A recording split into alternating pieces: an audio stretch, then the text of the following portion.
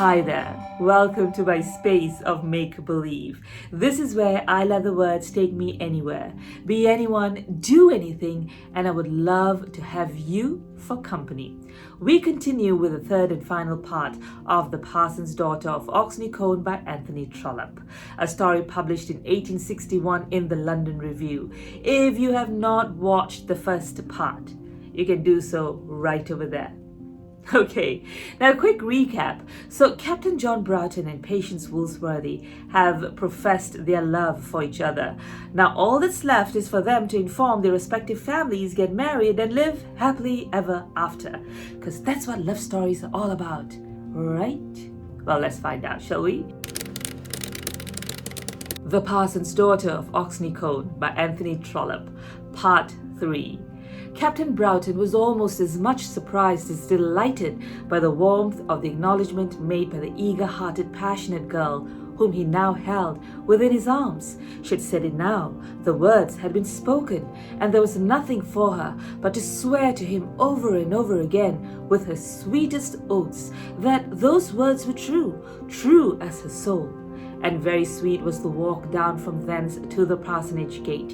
He spoke no more of the distance of the ground, or the length of his day's journey, but he stopped her at every turn, that he might press her arm the closer to his own, that he might look into the brightness of her eyes, and prolong his hour of delight. There were no more jibes now on her tongue, no raillery at his London finery, no laughing comments on his coming and going. With downright honesty, she told him everything. How she had loved him before her heart was warranted in such a passion.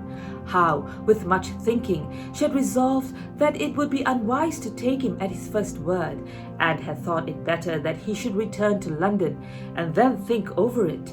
How she had almost repented of her courage when she had feared during those long summer days that he would forget her, and how her heart had leapt for joy when her old friend had told her that he was coming.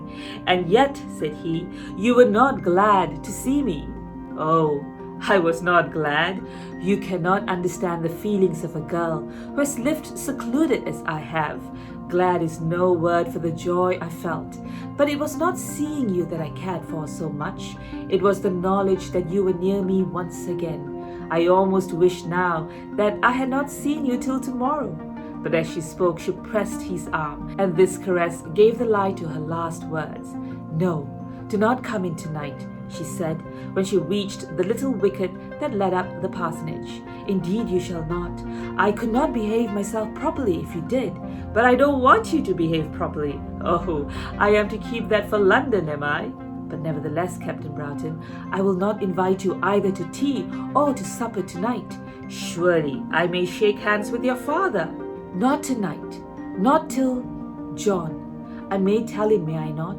I must tell him at once." "Certainly," said he, "and then you shall see him tomorrow. Let me see, at what hour shall I bid you come?" "To breakfast." "No, indeed. What on earth will your aunt do with a broiled turkey and the cold pie? I have got no cold pie for you. I hate cold pie. What a pity. But John, I shall be forced to leave you directly after breakfast. Come down at 2 or 3, and then I will go back with you to Aunt Penelope. I must see her tomorrow." And so at last the matter was settled, and the happy captain, as he left her, was hardly resisted in his attempt to press her lips to his own. When she entered the parlour in which her father was sitting, there still were Gribbles and Poulter discussing some knotty point of Devon law. So Patience took off her hat and sat herself down, waiting till they should go. For full an hour she had to wait, and then Gribbles and Poulter did go. But it was not in such matters as this that Patience Woolsworthy was impatient. She could wait and wait and wait, curbing herself for weeks and months, while the thing waited for her was in her eyes good. But she could not curb her hot thoughts or her hot words when things came to be discussed when she did not think to be good. "Papa," she said when Gribble's long-drawn last word had been spoken at the door, "do you remember how I asked you the other day what you would say if I were to leave you?" "Yes, surely," he replied, looking up at her in astonishment. "I am going to leave you now," she said. "Dearest father, how am I to go from you?" Going to leave me? Said he, thinking of a visit to Help Home and thinking of nothing else. Now, there had been a story about Help Home. That bedridden old lady there had a stalwart son who was now the owner of the Help Home pastures. But though owner in fee of all those wild acres and of the cattle which they supported, he was not much above the farmers around him, either in manners or education. He had his merits, however, for he was honest, well-to-do in the world, and modest withal.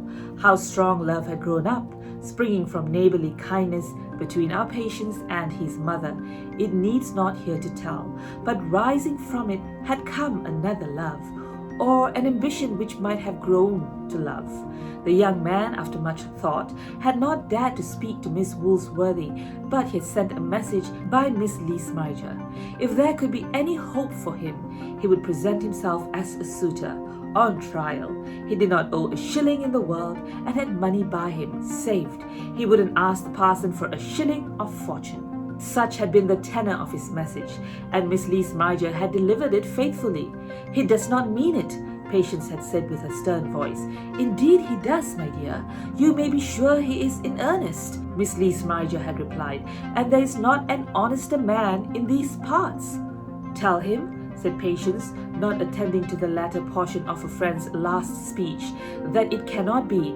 Make him understand, you know, and tell him also that the matter shall be thought of no more. The matter had, at any rate, been spoken of no more. But the young farmer still remained a bachelor, and Help Home still wanted a mistress. But all this came back upon the parson's mind when his daughter told him that she was about to leave him. Yes, dearest, she said as she spoke. She now knelt at his knees. I have been asked in marriage, and I have given myself away. Well, my love, if you will be happy, I hope I shall. I think I shall. But you, Papa? You will not be far from us. Oh yes, in London. In London? Captain Broughton lives in London generally. And has Captain Broughton asked you to marry him? Yes, Papa. Who else? Is he not good? Will you not love him? Oh, Papa, do not say that I am wrong to love him. He never told her his mistake, or explained to her that he had not thought it possible that the high-placed son of the London great man shall have fallen in love with his undowered daughter. But he embraced her and told her with all his enthusiasm that he rejoiced in her joy and would be happy in her happiness. My own Patty, he said, I have ever known that you were too good for this life of ours here. And then the evening wore away into the night with many tears, but still with much happiness. Captain Broughton, as he walked back to Oxney Colne, made up his mind that he would say nothing on the matter to his aunt till the next morning. He wanted to think over it all, and to think it over, if possible, by himself. He had taken a step in life, the most important that a man is ever called on to take, and he had to reflect whether or no he had taken it with wisdom. Have you seen her? Said Miss Leesmiger very anxiously when he came into the drawing room. Miss Woolsworthy, you mean? Said he. Yes, I've seen her. As I found her out, I took a long walk and happened to meet her. Do you know, Aunt, I think I'll go to bed. I was up at 5 this morning and have been on the move ever since. Miss Leesmiger perceived that she was to hear nothing that evening, so she handed him his candlestick and allowed him to go to his room. But Captain Broughton did not immediately retire to bed, nor when he did so was he able to sleep at once. Had this step that he had taken been a wise one? He was not a man who, in worldly matters, had allowed things to arrange themselves for him, as is the case with so many men. He had formed views for himself and had a theory of life. Money for money's sake he had declared to himself to be bad. Money as a concomitant to things which were in themselves good he had declared to himself to be good also. That concomitant in this affair of his marriage he had now missed. Well, he had made up his mind to that and would put up with the loss. He had means of living of his own, though means not so extensive as might have been desirable. That it would be well for him to become a married man, looking merely to that state of life as opposed to his present state, he had fully resolved. On that point, therefore, there was nothing to repent. That Petty Woolsworthy was good, affectionate, clever, and beautiful, he was sufficiently satisfied. It would be odd indeed if he were not so satisfied now, seeing that for the last 4 months he had declared to himself daily that she was so, with many inward asseverations. And yet, though he repeated now again that he was satisfied, I do not think that he was so fully satisfied of it as he had been throughout the whole of those 4 months. It is sad to say so, but I fear that such was the case. When you have your plaything, how much of the anticipated pleasure vanishes, especially if it had been won easily. He had told none of his family what were his intentions in this second visit to Devonshire, and now he had to bethink himself whether they would be satisfied. What would his sister say, she who had married the Honourable Augustus Gumbleton, gold stick in waiting to Her Majesty's Privy Council? Would she receive Patience with open arms and make much of her about London? And then how far would London suit Patience? Or would Patience suit London? There would be much for him to do in teaching her, and it would be well for him to set about the lesson without loss of time. So far he got that night, but when the morning came, he went a step further and began mentally to criticize her manner to himself. It had been very sweet, that warm, that full, that ready declaration of love. Yes, it had been very sweet. But, when after her little jokes she did confess her love, had she not been a little too free for feminine excellence? A man likes to be told that he is loved, but he hardly wishes that the girl he is to marry should fling herself at his head. Ah me! Yes, it was thus he argued to himself as on that morning he went through the arrangements of his toilet. Then he was a brute, you say, my pretty reader. I have never said that he was not a brute, but this I remark, that many such brutes are to be met with in the beaten paths of the world's high highway. When Patience Woolsworthy had answered him coldly, bidding him to go back to London and think over his love, while it seemed from her manner that at any rate as yet she did not care for him, while he was absent from her, and therefore longing for her, the possession of her charms, her talent, and bright honesty of purpose had seemed to him a thing most desirable. Now they were his own. They had, in fact, been his own from the first. The heart of this country-bred girl had fallen at the first word from his mouth. Had she not so confessed to him? She was very nice indeed. He loved her dearly. But had he not sold himself too cheaply? I by no means say that he was not a brute, but whether brute or no, he was an honest man, and had no remotest dream, either then, on that morning, or during the following days on which such thoughts pressed him more thickly on his mind, of breaking away from his pledged word. At breakfast on that morning, he told all to Miss Lees-Major, and that lady, with warm and gracious intentions, confided to him her purpose regarding her property. "I've always regarded Patience as my heir," she said, "and shall do so still." "Oh, indeed," said Captain Broughton. "But it is a great, great pleasure to me to think that she will give back the little property to my sister's child. You will have your mother's, and thus it will all come together again." "Ah," said Captain Broughton. He had his own ideas about property, and did not even under existing circumstances like to hear that his aunt considered herself at liberty to leave the acres away to one who was by blood quite a stranger to the family.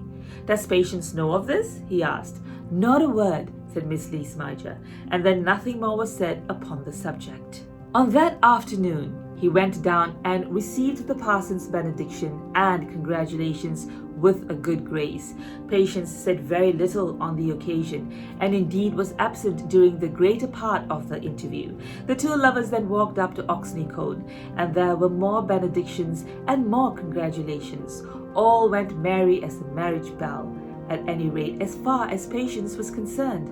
Not a word had yet fallen from that dear mouth, not a look had yet come from that handsome face, which tended in any way to mar her bliss. Her first day of acknowledged love was a day altogether happy, and when she prayed for him as she knelt beside her bed, there was no feeling in her mind that any fear need disturb her joy.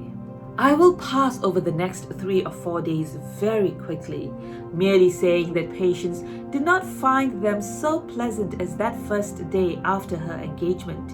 There was something in her lover's manner, something which at first she could not define, which by degrees seemed to grate against her feelings. He was sufficiently affectionate, that being a matter on which she did not require much demonstration, but joined to his affection there seemed to be. She hardly liked to suggest to herself a harsh word, but could it be possible that he was beginning to think that she was not good enough for him? And then she asked herself the question, was she good enough for him? If there were doubt about that, the match should be broken off, though she tore her own heart out in the struggle. The truth, however, was this, that he had begun that teaching which he had already found to be necessary. Now, had anyone essayed to teach Patience German or mathematics with that young lady's free consent, I believe that she would have been found a meek scholar. But it was not probable that she would be meek when she found a self-appointed tutor teaching her manners and conduct without her consent. So matters went on for 4 or 5 days. And on the evening of the 5th day, Captain Broughton and his aunt drank tea at the parsonage. Nothing very especial occurred, but as the parson and Miss Lees-Marger insisted on playing backgammon with devoted perseverance during the whole evening, Broughton had a good opportunity of saying a word or two about those changes in his lady love which a life in London would require, and some word, he said also, some single slight word as to the higher station in life to which he would exalt his bride. Patience bore it, for her father and Miss Lees-Marger were in the room. She bore it well, speaking no syllable of anger, and enduring, for the moment, the implied scorn of the old parsonage. Then the evening broke up, and Captain Broughton walked back to Oxney Colne with his aunt. "Patty," her father said to her before they went to bed, "he seems to me to be a most excellent young fellow." "Dear papa," she answered, kissing him. "And terribly deep in love," said Mr. Woolsworthy. "Oh, I don't know about that," she answered, as she left him with her sweetest smile. But though she could thus smile at her father's joke, she had already made up her mind that there was still something to be learned as to her promised husband before she could place herself altogether in his hands. She would ask him whether he thought himself liable to injury from this proposed marriage, and though he should deny any such thought, she would know from the manner of his denial what his true feelings were. And he too, on the night during his silent walk with Miss Lees-Marger, had entertained some similar thoughts. "I fear she is obstinate," he had said to himself, and then he had half accused her of being sullen also. "If that be her temper, what a life of misery I have before me." "Have you fixed a day yet?" his aunt asked him as they came near to her house.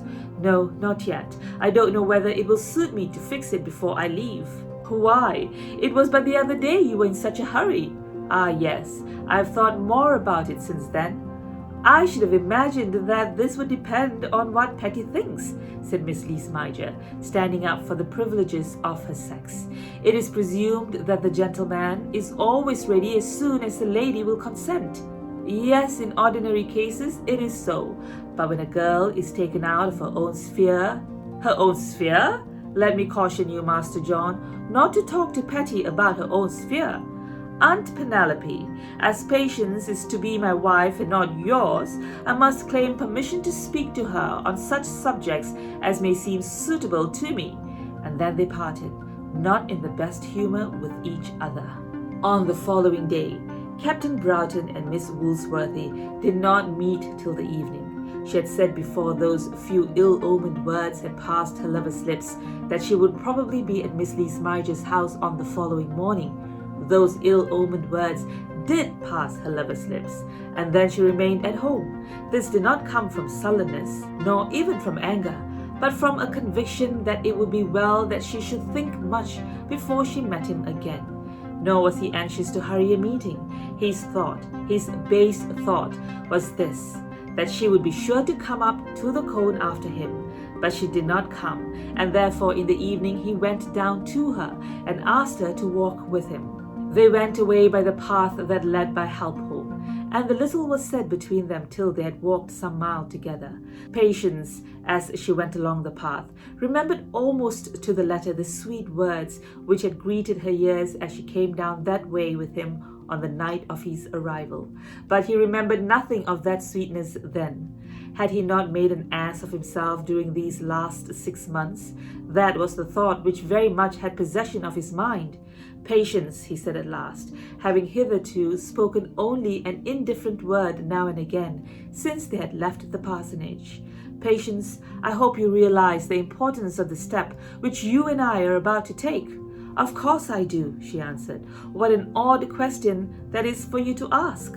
Because, said he, sometimes I almost doubted. It seems to me as though you thought you could remove yourself from here to your new home with no more trouble than when you go from home up to the Colne. Is that meant for a reproach, John? No, not for a reproach, but for advice. Certainly not for a reproach.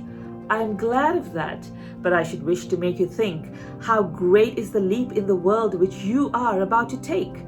Then again they walked on for many steps before she answered him. Tell me, then, John, she said, when she had sufficiently considered what words she would speak. And as she spoke, a dark bright colour suffused her face, and her eyes flashed almost with anger. What leap do you mean? Do you mean a leap upwards? Well, yes, I hope it will be so. In one sense, certainly it would be a leap upwards, to be the wife of the man I loved, to have the privilege of holding his happiness in my hand, to know that I was his own, the companion whom he had chosen out of all the world. That would, indeed, be a leap upward, a leap almost to heaven, if all that were so. But if you mean upwards in any other sense, I was thinking of the social scale. Then, Captain Broughton, your thoughts were doing me dishonor. Doing you dishonor? Yes, doing me dishonor. That your father is, in the world's esteem, a greater man than mine is, doubtless true enough. That you, as a man, are richer than I am as a woman, is doubtless also true. But you dishonor me, and yourself also, if these things can weigh with you now. Patience, I think you can hardly know what words you're saying to me. Pardon me, but I think I do. Nothing that you can give me, no gifts of that description, can weigh aught against that which I am giving you. If you had all the wealth and rank of the greatest lord in the land, it would count as nothing in such a scale. If, as I have not doubted, if in return for my heart you have given me yours, then you have paid me fully. But when gifts such as those are going, nothing else can count even as a make-weight. I do not quite understand you, he answered after a pause. I fear you are a little high-flown. And then, while the evening was still early, they walked back to the parsonage almost without another word. Captain Broughton, at this time, had only one more full day to remain in Oxney Colne. On the afternoon following that, he was to go as far as Exeter, and thence return to London. Of course it was to be expected that the wedding day would be fixed before he went, and much had been said about it during the first day or two of his engagement. Then he had pressed on for an early time, and Patience, with a girl's usual diffidence, had asked for some little delay. But now nothing was said on the subject, and how was it probable that such a matter could be settled after such a conversation as that which I have related? That evening Miss Lees-Major asked whether the day had been fixed. No, said Captain Broughton harshly, nothing has been fixed, but it will be arranged before you go. Probably not, he said, and then the subject was dropped for the time. John, she said, just before she went to bed, if there be anything wrong between you and Patience, I conjure you to tell me. You had better ask her, he replied. I can tell you nothing. On the following morning, he was much surprised by seeing Patience on the gravel path before Miss Lees-Major's gate immediately after breakfast. He went to the door to open it for her, and she, as she gave him her hand, told him that she came up to speak to him. There was no hesitation in her manner. nor any look of anger in her face, but there was in her gait and form, in her voice and countenance, a fixedness of purpose which he had never seen before, or at any rate had never acknowledged. "Certainly," said he. "Shall I come out with you, or will you come upstairs?" "We can sit down in the summer house," she said, and thither they both went. "Captain Broughton," she said, and she began her task the moment that they were both seated. "You and I have engaged ourselves as man and wife, but perhaps we have been over rash." "How so?" said he. "It may be, and indeed I will say more. It is the case that we have made this engagement without knowing enough of each other's character." "I have not thought so." "The time will perhaps come when you will think so, but for the sake of all that we most value, let it come before it is too late. What would be our fate? How terrible would be our misery if such a thought should come to either of us after we have linked our lots together." There was a solemnity about her as she thus spoke which almost repressed him, which for a time did prevent him from taking that tone of authority which on such a subject he would choose to adopt. But he recovered himself. "I hardly think that this comes well from you," he said. "From whom else should it come? Who else can fight my battle for me and John? Who else can fight that same battle on your behalf? I tell you this, that with your mind standing towards me as it does stand at present, you could not give me your hand at the altar with true words and a happy conscience. It is not true? You have half repented of your bargain already. Is it not so?" He did not answer her, but getting up from his seat, walked to the front of the summer house and stood there with his back turned upon her. It was not that he meant to be ungracious, but in truth he did not know how to answer her. He had half repented of his bargain. "John," she said, getting up and following him so that she could put her hand upon his arm, "I have been very angry with you." "Angry with me?" he said, turning sharp upon her.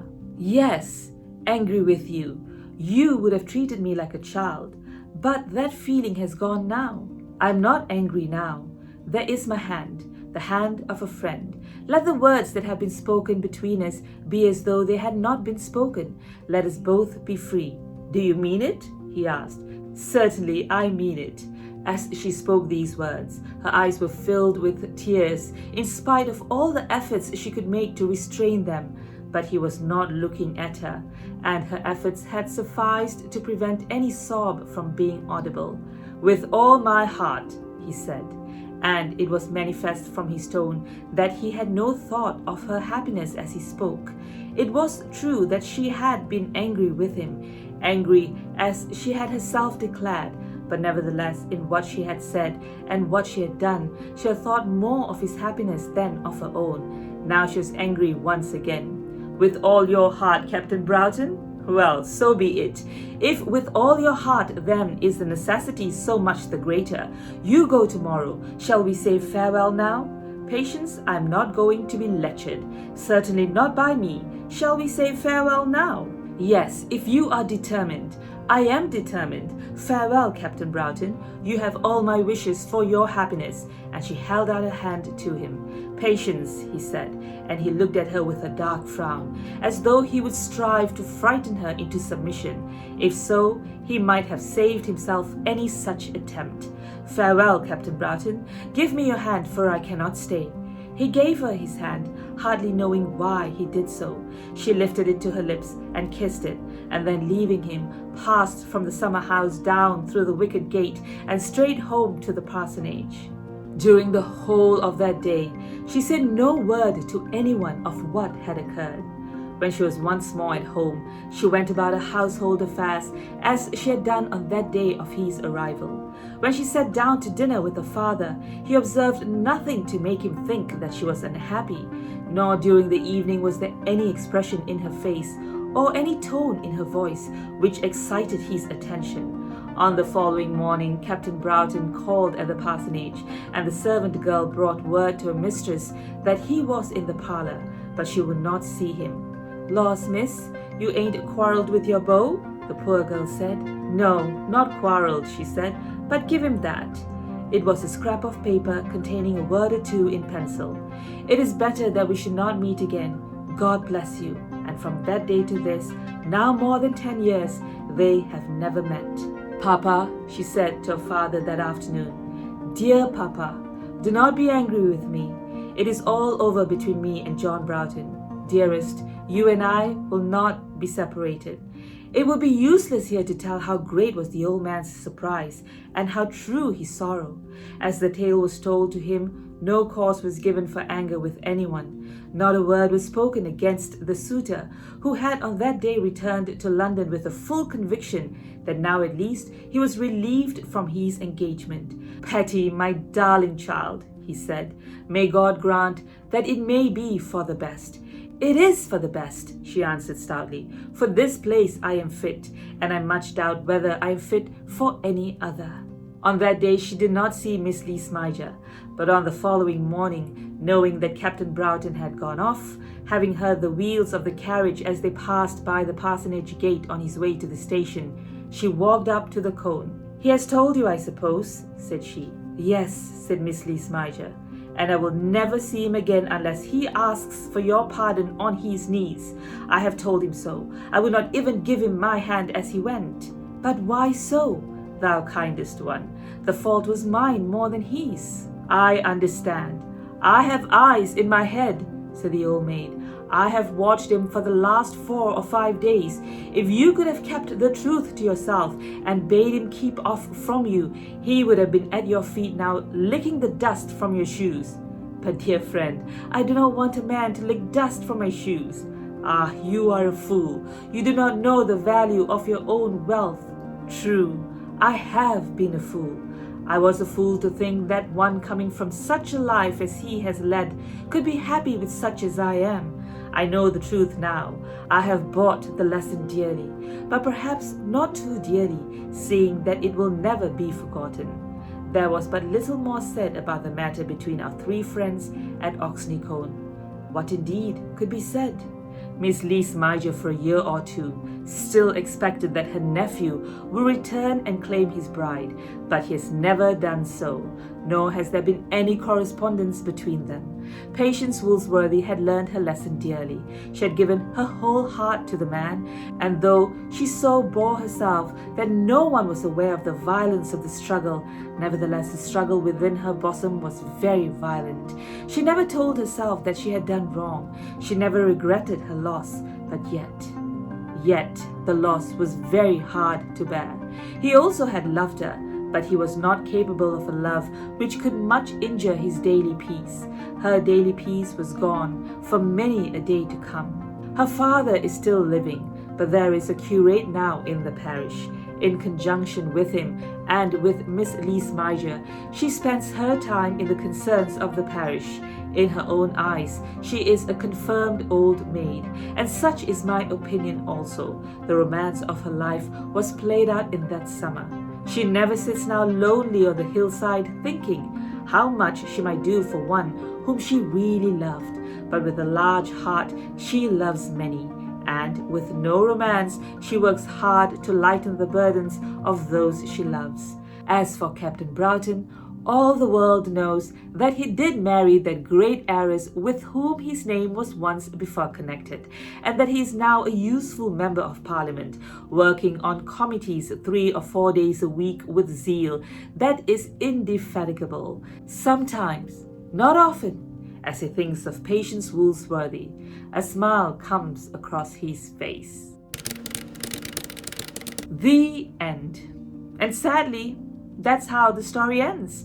When ego steps in, it does overpower love. Do you think it was because it was so much more exciting when it was almost, but not quite, just almost? No matter how I look at it, it seems almost impossible for it to have worked out, because there were expectations on both sides, and they were like so different in character, like Patience, she called it. What do you think? Do you think that there is a way somehow it could have worked? I would love to hear about it. Perhaps if Petty played hard to get just a little bit longer, maybe? Hope you liked the story. I will look out for you in the next video. Please do join me then, for I would love to have you for company. Till next time, go grab a book to read or a pen to write and let your imagination take you anywhere. Be anyone, do anything.